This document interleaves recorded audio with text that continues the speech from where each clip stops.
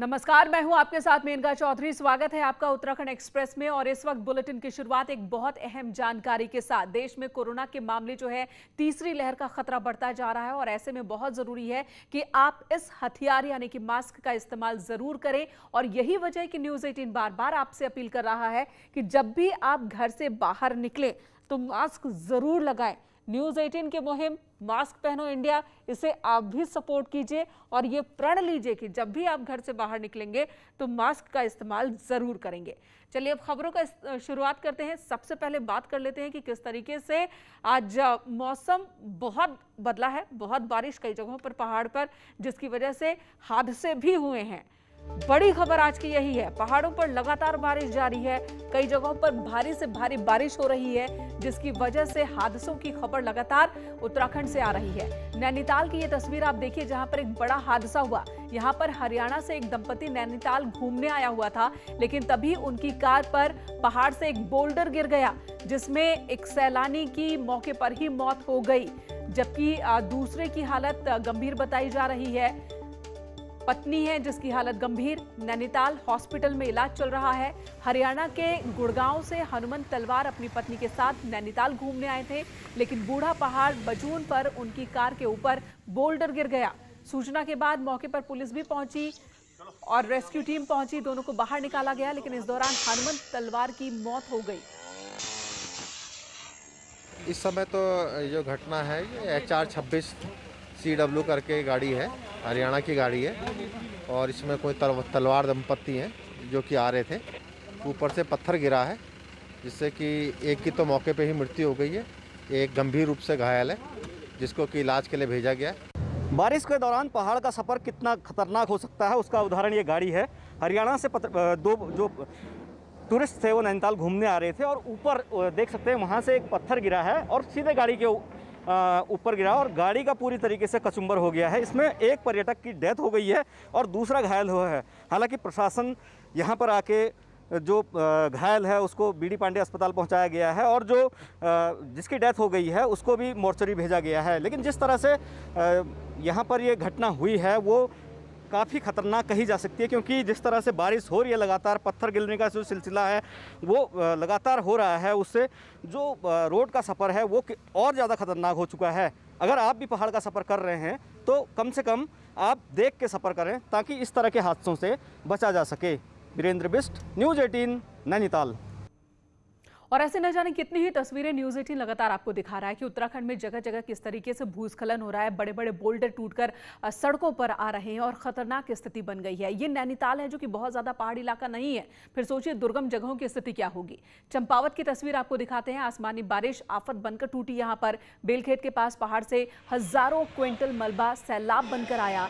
एक कार, एक ट्रक और कई वाहनों को अपने साथ बहा ले गया। हादसे में एक महिला और बच्चे समेत 4 लोग जख्मी हुए हैं। प्रशासन की टीम ने समय पर रेस्क्यू कर घायलों को हॉस्पिटल पहुंचाया, जहां सभी की हालत इस वक्त ठीक बताई जा रही है।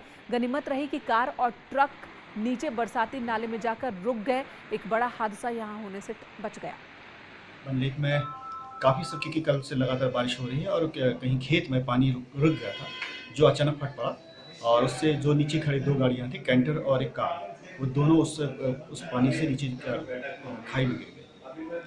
जिसमें एक परिवार था कार में, जो कि पिथौरागढ़ से गुड़गांव के लिए जा रहे थे। 5 लोग थे। वो उनको हल्की सी चोटें आई हैं। उनको तुरंत ही रेस्क्यू करके तुरंत ही डिस्ट्रिक्ट हॉस्पिटल ले गए थे। और दूसरी गाड़ी कैंटर है, उसमें सभी सुरक्षित हैं। उधर उत्तरकाशी में गंगोत्री हाईवे सूनगर के पास ब्लॉक हो गया। भारी बारिश की वजह से पहाड़ी से मलबा आया रोड पर, जिसके बाद हाईवे बंद हो गया। हाईवे बंद होने की वजह से सेना के वाहन काफी देर तक फंसे रहे और अब सेना की गाड़ियां वापस लौटने लगी है। गंगोत्री हाईवे बंद होने की वजह से भटवाड़ी ब्लॉक का उत्तरकाशी मुख्यालय से संपर्क भी पूरी तरह से टूट गया है। पहाड़ों पर लगातार बारिश हो रही है, लोगों की मुश्किलें बढ़ गई हैं। कहीं रोड ब्लॉक हो गई है तो कहीं पर बारिश अपने साथ जमीन और खेतों को बहाल कर ले जा रही है। बारिश से हर तरफ बर्बादी का आलम है।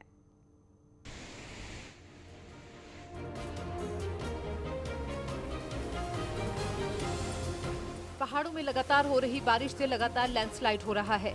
रुद्रप्रयाग में अचानक पहाड़ से मलबा भरभरा कर गिर गया, जिससे रुद्रप्रयाग गौरीकुंड NH अगस्त्यमुनि चंद्रापुरी के पास बंद हो गया। हालांकि बाद में NH खुल गया, लेकिन कई जगहों पर हालात अभी भी ठीक नहीं है।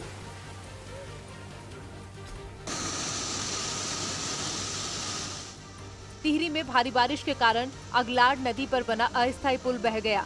ये पुल छनाड़ भूमिया गांव को जोड़ता है। इस पुल को साल 2013 में लोहे के पाइप और बल्लियों से बनवाया गया था। पुल बह जाने से ग्रामीणों की समस्याएं बढ़ गई हैं। लगातार बारिश के चलते राज्य में 100 से ज्यादा सड़कें बंद हैं और इसमें कई NH भी शामिल हैं। कई सड़कों को खोला गया, लेकिन सड़कों के लगातार बंद होने और खुलने का सिलसिला जारी है। हल्द्वानी के गोलापार में सूखी नदी अचानक उफान पर आ गई। इसी दौरान नदी को पार कर विजयपुर गांव को जा रही एक मैक्स गाड़ी नदी के उफान में फंस गई। गनीमत ये रही, इसी दौरान एक ट्रैक्टर सवार भी नदी पार कर रहा था, जिसके कारण मैक्स ड्राइवर की जिंदगी बच गई। बाद में किसी तरह उफनाती नदी के बीच गाड़ी को ट्रैक्टर के सहारे बाहर निकाला गया। बारिश के बीच लोगों की लापरवाही की भी तस्वीरें सामने आ रही हैं। चंपावत के टनकपुर में उफनते किरोड़ा नाले में एक जीप का वीडियो वायरल हो रहा है। जीप ड्राइवर उफनते नाले में अपनी जीप को दौड़ाया जा रहा है। गनीमत ये रही कि कोई हादसा होने से बच गया, लेकिन हर बार किस्मत साथ दे ये जरूरी नहीं। बारिश के बाद हल्द्वानी में सूर्या और शेर नाला उफान पर आ गए हैं। उफनते नाले को एक बाइक सवार ने पार करने की हिम्मत दिखाई, लेकिन जब वो तेज बहाव में बहने लगा, तब जाकर बाइक सवार की अकल ठिकाने आई। गनीमत ये रही, पास खड़े लोगों ने किसी तरह बाइक सवार की जान बचाई। पहाड़ों में लगातार बारिश के कारण कई नदियां उफान पर हैं। ऋषिकेश, डोईवाला के सोंग और सुसवा नदी के किनारे रहने वाले किसानों की कई हेक्टेयर जमीन नदी के बहाव के साथ बह गई है। प्रशासन ने लोगों से नदी से दूर रहने की अपील की है।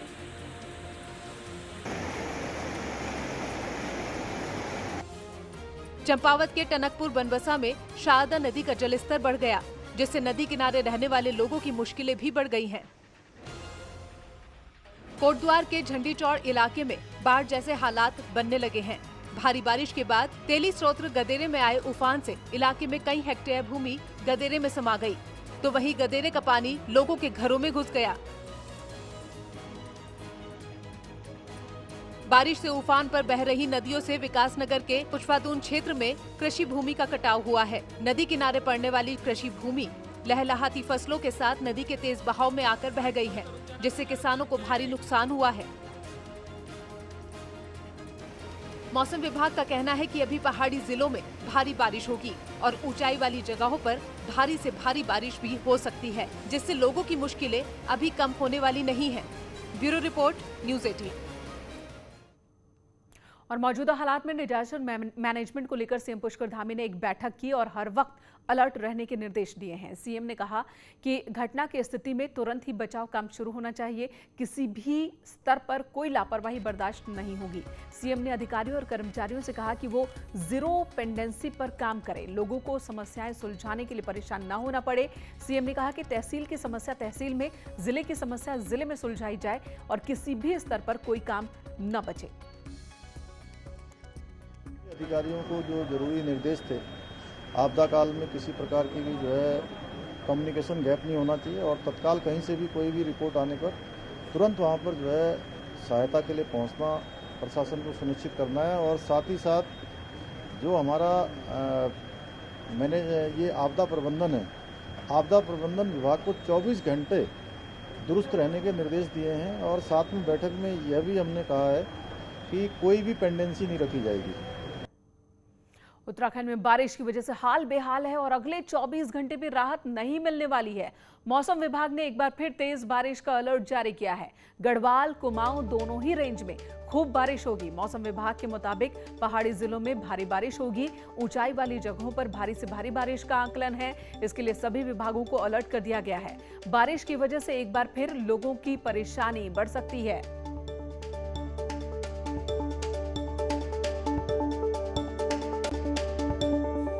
और ऐसे हालात में आपदा प्रबंधन विभाग सबसे ज्यादा अहम हो जाता है, लेकिन आपदा प्रबंधन विभाग संसाधनों की कमी से जूझ रहा है।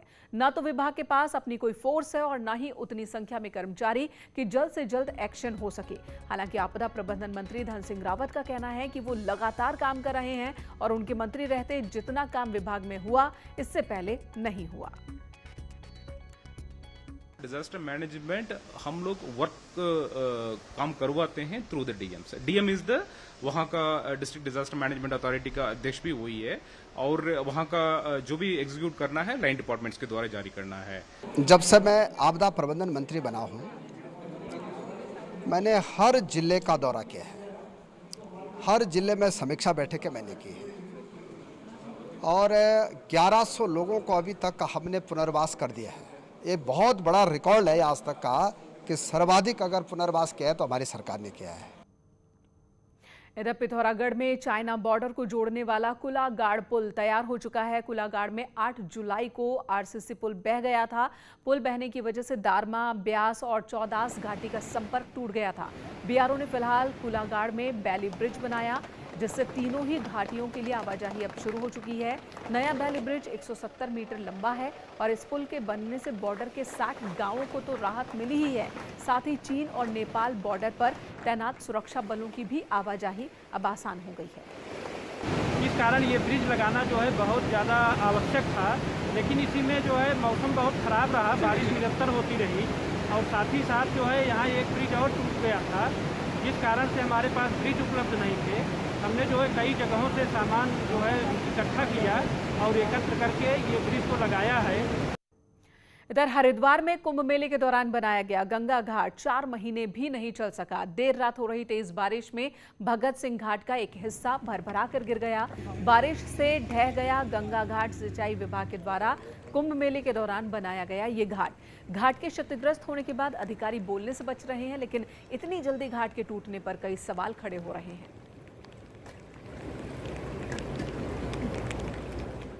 इधर कांवड़ मेला को लेकर पुलिस की इंटर स्टेट मीटिंग हुई है जिसमें यूपी, हरियाणा, हिमाचल प्रदेश के पुलिस अधिकारियों के साथ डीआईजी वी मुरुगेशन ने चर्चा की है, जिसमें हरिद्वार के बॉर्डर को सील करने का फैसला लिया गया। साथ ही अतिरिक्त पुलिस बल की तैनाती बॉर्डर पर की जाएगी। बताया जा रहा है कि गंगा जल के लिए कांवड़ियों के आने पर रोक होगी, लेकिन कांवड़ संघों के जरिए श्रद्धालुओं तक गंगा जल पहुंचाया जाएगा।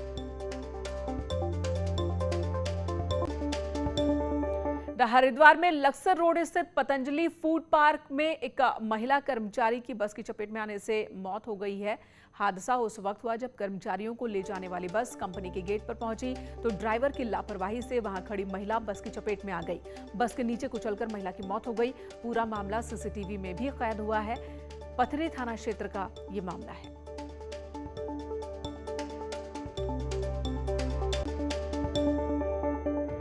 बहुत ही दर्दनाक हादसा ये। एक छोटे से ब्रेक के लिए रुकते हैं, तुरंत लौटेंगे।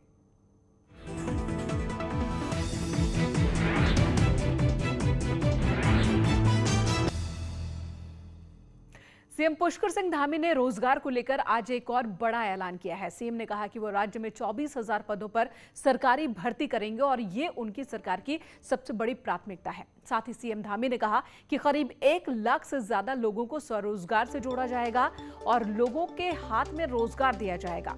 सीएम धामी ने पहली कैबिनेट मीटिंग में ही सरकारी नौकरी की बात कही थी और अब एक बार फिर से नौकरी को लेकर बड़ा ऐलान किया है। मुख्य फोकस है उस पर 24,000 सरकारी भर्तियां और उसके अलावा स्वरोजगार के जो है लाखों लोगों के लिए स्वरोजगार के माध्यम से रोजगार खड़ा करना। और जिस केदारनाथ धाम को लेकर प्रधानमंत्री नरेंद्र मोदी की अपार आस्था है, उसी केदारनाथ धाम समेत 4 धाम के तीर्थ पुरोहितों की नाराजगी राज्य की बीजेपी सरकार के लिए सबसे ज्यादा परेशानी बनती जा रही है। सोमवार को ऊखीमठ में पूर्व सीएम त्रिवेंद्र सिंह रावत को देवस्थानम बोर्ड के विरोध में काले झंडे दिखाए गए, जबकि इससे पहले ऊखीमठ में ही बीजेपी नेता पंकज भट्ट पर पुरोहितों का गुस्सा फूटा था। केदारनाथ के तीर्थ पुरोहितों का कहना है कि देवस्थानम बोर्ड भंग होना चाहिए और अगर भंग नहीं होता है तो इसी तरह का विरोध जारी रहेगा। बीजेपी के पूर्व सीएम त्रिवेंद्र सिंह रावत को पार्टी से तुरंत बाहर किया जाए, ये मांग भी उन्होंने की है।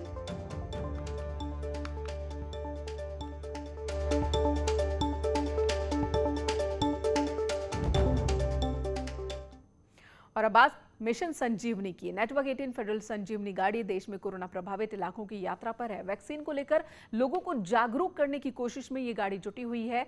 आपको दिखाते हैं कि आज संजीवनी गाड़ी किन किन इलाकों के दौरे पर है। आप भी हमारे इस अभियान में मदद कर सकते हैं लोगों को वैक्सीनेशन के प्रति जागरूक करके।